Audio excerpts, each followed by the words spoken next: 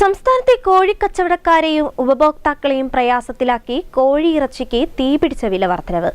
ഇറക്കുമതി ചെയ്യുന്ന കോഴിയുടെ വില കുത്തനെ ഉയർന്നതാണ് പ്രതിസന്ധിക്ക് കാരണമായി ചൂണ്ടിക്കാണിക്കുന്നത്.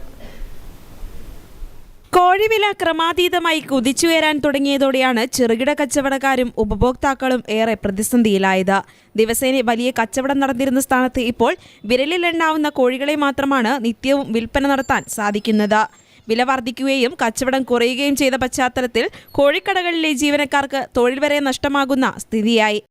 നല്ല പ്രയാസത്തിൽ തന്നെയാണ് കച്ചവടം എന്ന് പറഞ്ഞാല് നല്ല വലിയ വിലക്കാണ് സാധനം ഇവിടെ ഇറങ്ങിക്കൊണ്ട് നിൽക്കുന്നത്.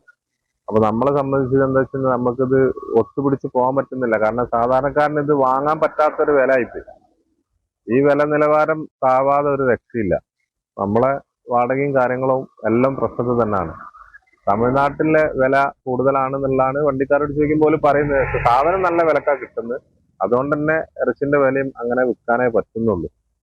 തമിഴ്നാട്ടിൽ നിന്ന് എത്തുന്ന കോഴിയുടെ വില വൻതോതിൽ ഉയർന്നതാണ് ചെറുകിട കച്ചവടക്കാരെ പ്രതിസന്ധിയിലാക്കിയത്.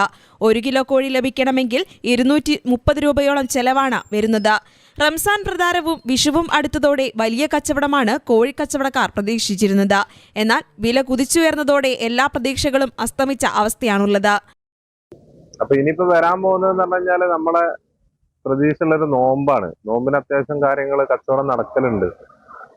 ഈ ഒരു അവസ്ഥ അങ്ങനെ തുടർന്ന് പോവാണെങ്കിൽ നോമ്പിന്റെ കാര്യം പശ്ചാത്തലത്തിലാവും. കാരണം എന്താ വെച്ച് കഴിഞ്ഞാല് ഇപ്പം തന്നെ കൂട്ടിലൊന്നും സാധനങ്ങൾ തന്നെ ഇല്ല. കാരണം വളരെ കുറഞ്ഞ കോഴി മതി ഇപ്പൊ ഒരു ദിവസം.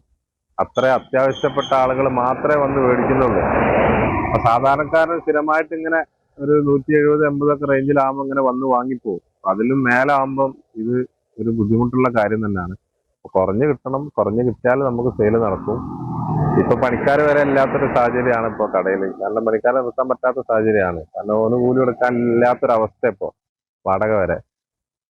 സാധാരണക്കാർക്ക് പോലും കോഴി അപ്രാപ്യമാകുന്ന വിധത്തിൽ വില വർധനവ് വന്നത് അടിയന്തരമായി നിയന്ത്രിക്കണമെന്നാണ് കച്ചവടക്കാരുടെ ആവശ്യം.